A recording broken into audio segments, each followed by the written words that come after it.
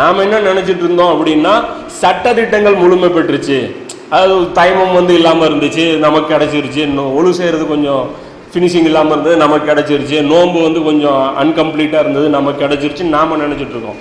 இது மட்டும் கிடையாது, ஷரியத்தை பொறுத்த வரைக்கும் அல்லாஹ் குர்ஆன்லேயே சொல்கிறான், ஒவ்வொரு இறை தூதருக்கும் ஒரு ஷரியத்தை நம்ம கொடுத்தோம், ஒரு மின்ஹாஜை கொடுத்தோம் எல்லாம் சொல்கிறோம். ஒவ்வொரு ஷரியத் தனியாக இருந்தது, மின்ஹாஜ் தனியாக இருந்தது. ஆளுக்கு ஒரு சட்டம். அதில் வந்து இந்த சட்டம் சிறந்தது, அது தாழ்ந்ததுன்னு இல்லை. அதாவது ஒரு தொழுகை முறை வேற ஒரு சமுதாயத்துக்கு வேற மாதிரி இருக்கும், நமக்கு வேற மாதிரி இருக்கிறதுனால இது வந்து பெட்ரு அது பெட்டர்னு கிடையாது. அல்லாஹ் விரும்பின மாதிரி நமக்கு போட்டால் இதுதான் மேட்ரு. மொத்தத்தில் இது புரிஞ்சுங்க. நபி ஸல்லல்லாஹு அலைஹி வஸல்லம் மேட்ருன்னு அப்படின்னா முழுமையான நபி.